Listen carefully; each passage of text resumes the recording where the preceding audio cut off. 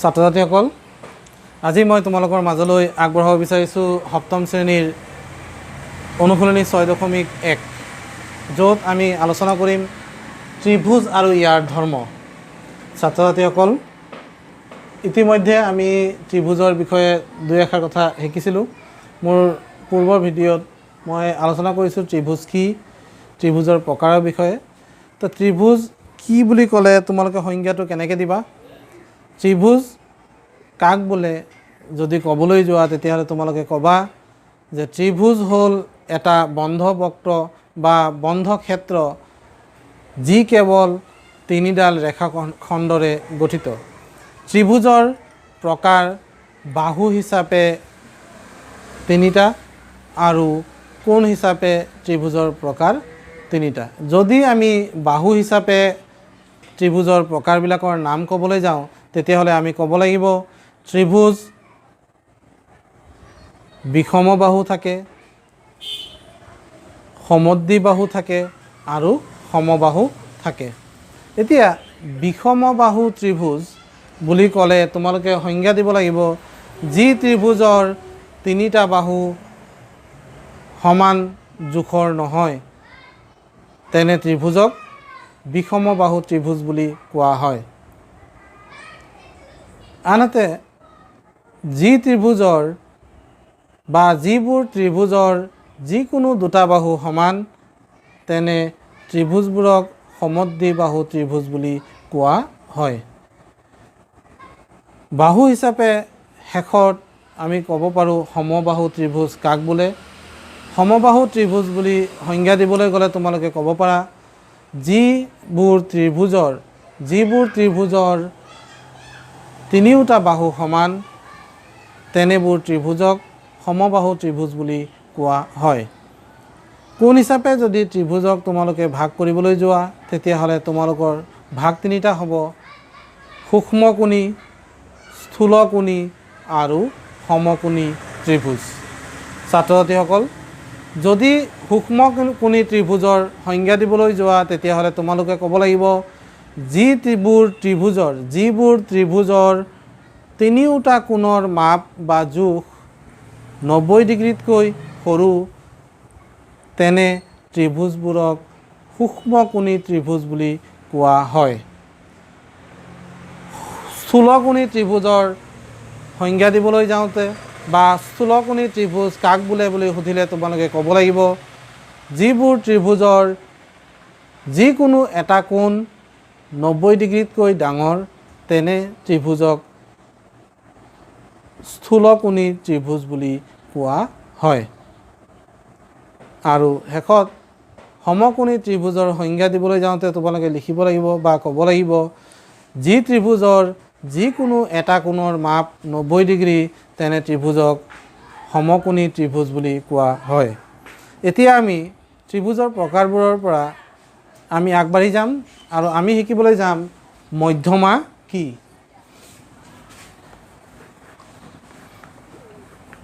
ত্ৰিভুজৰ মধ্যমা। ছাত্ৰ ছাত্ৰীসকল, মধ্যমাক ইংৰাজীত কোৱা হয় মেডিয়ান। এতিয়া যদি মই এটা ত্ৰিভুজ লওঁ, যেনেকুৱা এই এটা ত্ৰিভুজ লৈছোঁ মই, ত্ৰিভুজটোত ABC তিনিটা শীৰ্ষবিন্দু আছে। এই শীৰ্ষবিন্দুৰ ওপৰত ভিত্তি কৰি এই ত্ৰিভুজটোৰ নাম দিয়া হ'ব ত্ৰিভুজ ABC। তে আমি ত্ৰিভুজটোৰ নাম দি লৈছোঁ ত্ৰিভুজ ABC। এই ত্ৰিভুজটোৰ শীৰ্ষবিন্দু আছে এটা, দুটা, তিনিটা। এই শীৰ্ষবিন্দু কেইটাৰ পৰা যিহেতু তিনিটা শীৰ্ষবিন্দু আছে, তিনিডাল বাহু আছে, এই যে ৰেখাখণ্ডকেইডাল যি ৰেখাখণ্ডৰে ত্ৰিভুজটো গঠিত, সেই ৰেখাখণ্ডকেইটা কি বুলি কোৱা হয়? বাহু বুলি কোৱা হয়। আৰু এই ৰেখাখণ্ডকেইটা য'ত লগ লাগিছে, সেই লগ লগা বিন্দুটো, যিটো বিন্দুত লগ লাগিছে, সেই বিন্দুকেইটাক কোৱা হয় শীৰ্ষবিন্দু।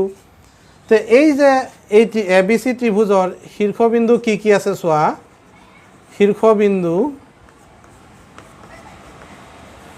শীৰ্ষবিন্দু আছে এ কমা বি কমা চি আৰু বাহু কি কি আছে তোমালোকে জানা ইয়াত বাহু হ'ব এ বি বাহু বি চি বাহু আৰু চি এ বাহু এয়া হ'ল আমাৰ ত্ৰিভুজৰ তিনিটা শীৰ্ষবিন্দু আৰু তিনিটা বাহু এতিয়া চোৱা এই যে এ বিন্দু এ শীৰ্ষবিন্দুটোৰ পৰা এ শীৰ্ষবিন্দুটোৰ বিপৰীত বাহু কি আছে এ শীৰ্ষবিন্দুৰ বিপৰীত বাহু কি আছে চোৱা এইডালক কোৱা হয় এৰ বিপৰীত বাহু মুখামুখিকৈ আছে দেখিছানে এৰ বিপৰীত বাহু কি আছে এ শীৰ্ষবিন্দুৰ বিপৰীত বাহু কি বুলি ক'বা এৰ এ শীৰ্ষবিন্দুৰ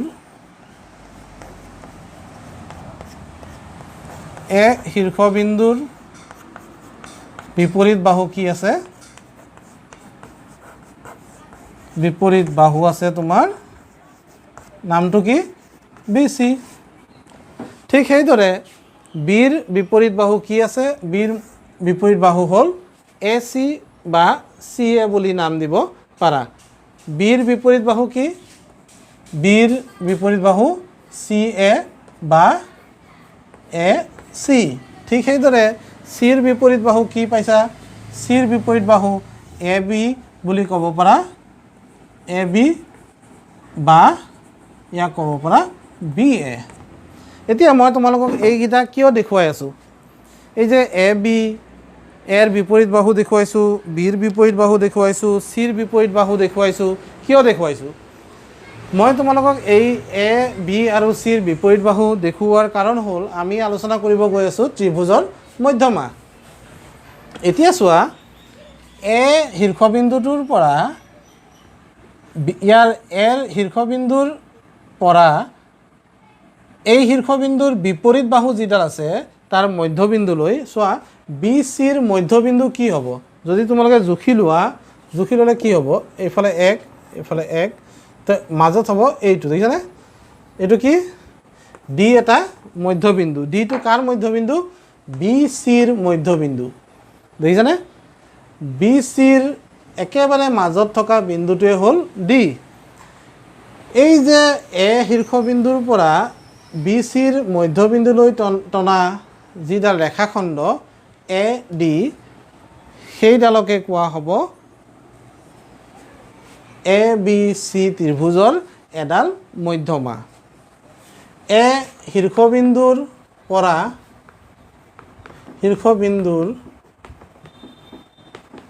পৰা বি চি বাহুৰ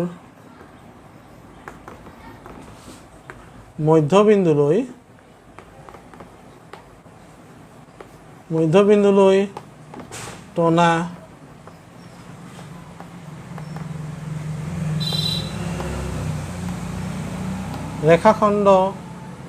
ৰেখাখণ্ডডালেই হ'ল এডাল কি মধ্যমা ছাত্ৰ ছাত্ৰীসকল এতিয়া এ শীৰ্ষবিন্দুৰ পৰা এ শীৰ্ষবিন্দুৰ বিপৰীত বাহু বি চিৰ মধ্যবিন্দুলৈ যিডাল ৰেখাখণ্ড মই টানিলোঁ এ ডি সেই এ ডি ৰেখাখণ্ডডালেই হ'ল এ বি চিৰ এডাল মধ্যমা এতিয়া ঠিক সেইদৰে এ বিন্দুৰ পৰা যেনেকৈ টানিছোঁ বি বিন্দুৰ পৰা আমি এনেকুৱা এডাল মধ্যমা আঁকিব পাৰোঁ চোৱাচোন ছাত্ৰ ছাত্ৰীসকল বি বিন্দুৰ বিপৰীত বাহু কি আছিল মই কৈছিলোঁ তোমালোকক বি বিন্দুৰ বিপৰীত বাহু আছিল এ চি এতিয়া এ চিৰ মধ্যবিন্দু কি আমি উলিয়াই লওঁ এ চিৰ মধ্যবিন্দু আমি পালোঁ ধৰি লোৱা এইটো ই দেখিছানে এই ই বিন্দুটো কি এ চিৰ মধ্যবিন্দু এতিয়া এই যে বিৰ পৰা ই লৈ যিডাল ৰেখাখণ্ড টানিছোঁ মই হাতেৰে তোমালোকে স্কেলেৰে টানিবা পোনে পোনে আমি পালোঁ বি ই এই বি ই ৰেখাখণ্ডডাল হ'ব এই ত্ৰিভুজটোৰ আন এডাল মধ্যমা ঠিক সেইদৰে আমি চি বিন্দুৰ পৰা যদি আমি চি বিন্দুৰ বিপৰীত বাহু এ বিৰ মধ্যবিন্দুলৈ আমি এ বিৰ মধ্যবিন্দু কি পালোঁ এইটো চোৱা মই লৈছোঁ এইটোক ল'লোঁ এফ দেখিছানে ইয়ালৈ যিডাল ৰেখা টানিম সেইডালক কি বুলি ক'ব CF সেইডালক কি বুলি ক'ব মধ্যমা বুলিয়ে ক'ব অৰ্থাৎ এটা ত্ৰিভুজ ABCৰ আমি কেইডাল মধ্যমা পালোঁ তিনিডাল মধ্যমা পালোঁ আৰু মধ্যমা কাক বোলে বুলি যদি তোমালোকক সোধা হয় তেতিয়াহ'লে তোমালোকে কি বুলি ক'ব লাগিব তোমালোকে ক'বা যে যিকোনো এটা ত্ৰিভুজৰ শীৰ্ষবিন্দু এটাৰ বিপৰীত বাহুৰ মধ্যবিন্দুলৈ টনা ৰেখাখণ্ডডালেই হ'ল ত্ৰিভুজটোৰ এডাল মধ্যমা বা তোমালোকে আৰু অলপ ধুনীয়াকৈ ক'ব পাৰা এটা ত্ৰিভুজৰ যিকোনো এটা শীৰ্ষবিন্দু আৰু শীৰ্ষবিন্দুটোৰ বিপৰীত বাহুৰ মধ্যবিন্দু সংযোগী ৰেখাখণ্ডডালেই হ'ল ত্ৰিভুজটোৰ মধ্যমা গতিকে মই এবাৰ লিখি দিওঁ তোমালোকৰ ভাল হ'ব মধ্যমা কাক বোলে যদি কেতিয়াবা সোধে তেতিয়াহ'লে তোমালোকে লিখিবা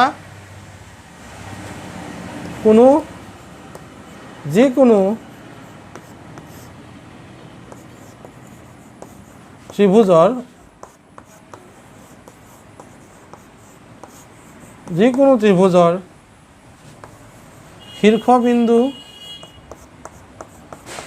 শীৰ্ষবিন্দু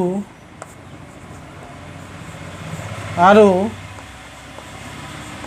যিকোনো ত্ৰিভুজৰ শীৰ্ষবিন্দু আৰু ইয়াৰ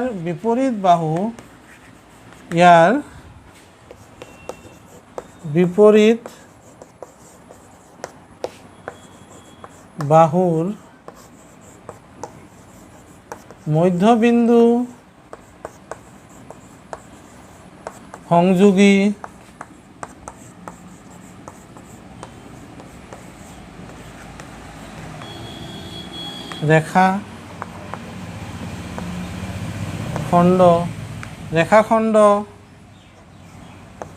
ৰেখাখণ্ডক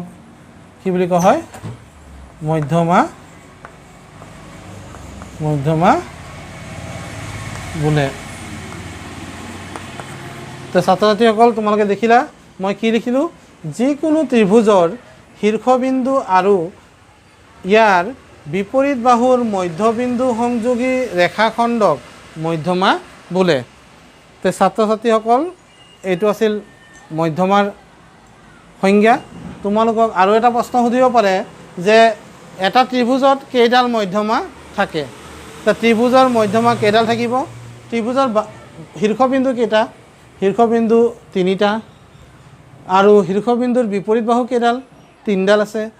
প্ৰত্যেকটো শীৰ্ষবিন্দুৰেই এটা এটা বিপৰীত বাহু আছে গতিকে তোমালোকে এটা ত্ৰিভুজৰ ক্ষেত্ৰত কেইডাল মধ্যমা পাব পাৰা তিনিডাল মধ্যমা পাব পাৰা তো ছাত্ৰ ছাত্ৰীসকল এতিয়া মধ্যমাৰ পিছত আহিল উন্নতি এতিয়া ঠিক সেইদৰে চোৱা যিদৰে মধ্যমা উলিয়ালোঁ মধ্যমাৰ দৰে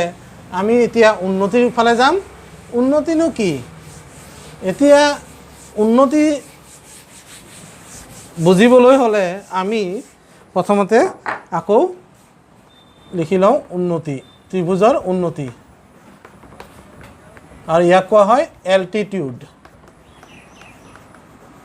ইংৰাজীত কয় এল্টিটিউড এতিয়া মই এটা ত্ৰিভুজ আকৌ আঁকি লৈছোঁ এইবাৰ মই নাম দিছোঁ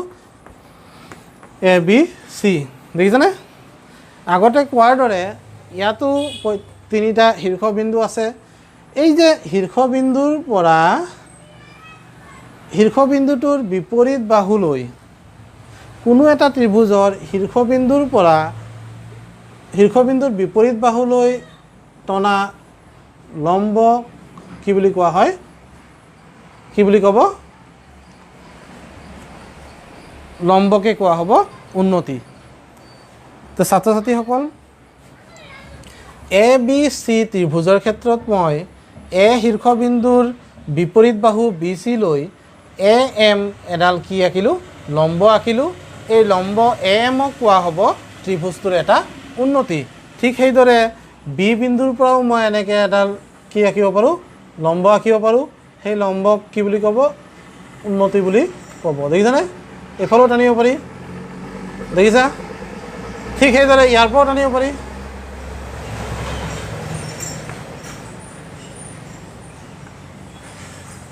এনেকৈ ইয়াতো টানিব পাৰি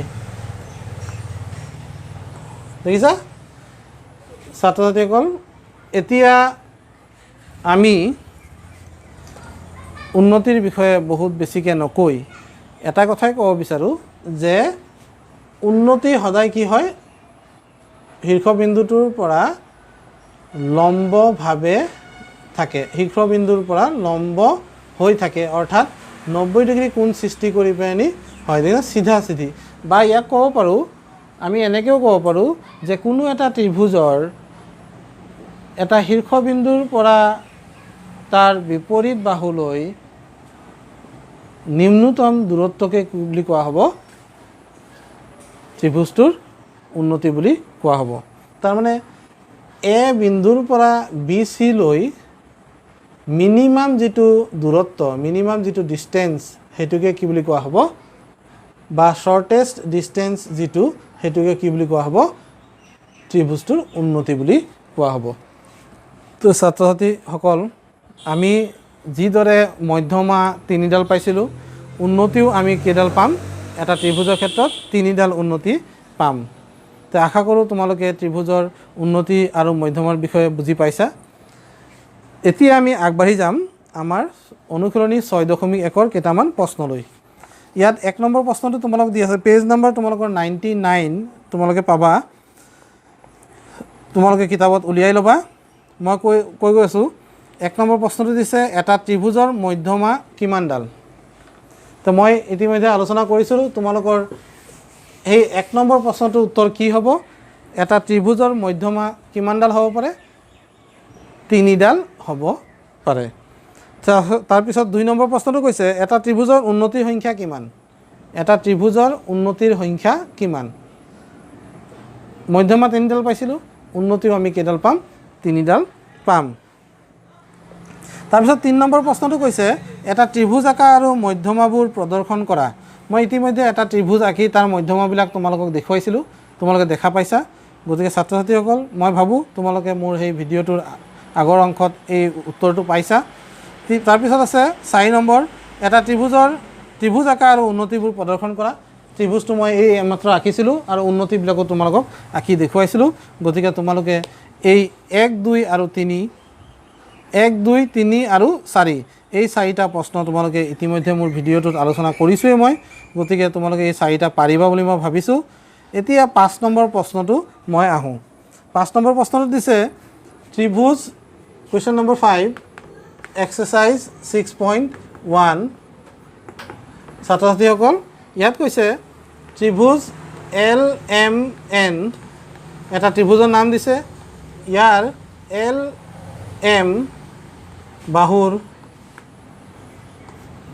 LM বাহুৰ বিপৰীত কোণটো উল্লেখ কৰা বিপৰীত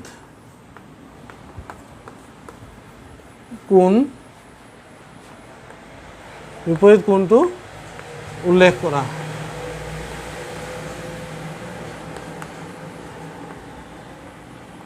ত্ৰিভুজ এটা আঁকি ল'বা কোনো কথা নাই LMN এটা ত্ৰিভুজ আঁকি লৈছোঁ মই এই ত্ৰিভুজটোৰ LM বাহু দেখিছা তোমালোকে এইডাল হ'ল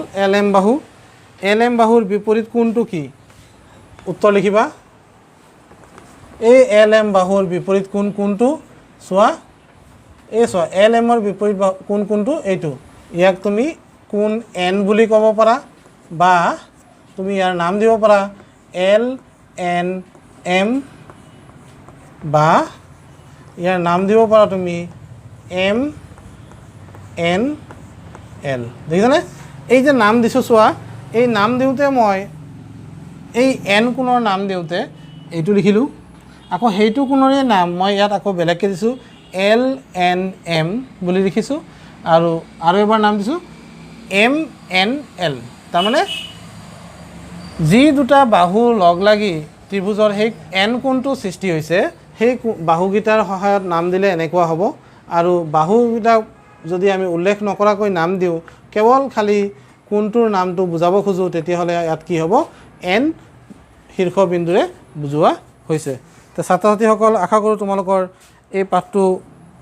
বোধগম্য হ'ব তোমালোকে এই পাঠটো বুজি পাইছা আৰু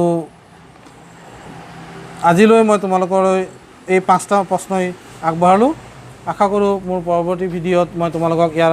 পিছৰখিনি আলোচনা কৰিব পাৰিম। ধন্যবাদ।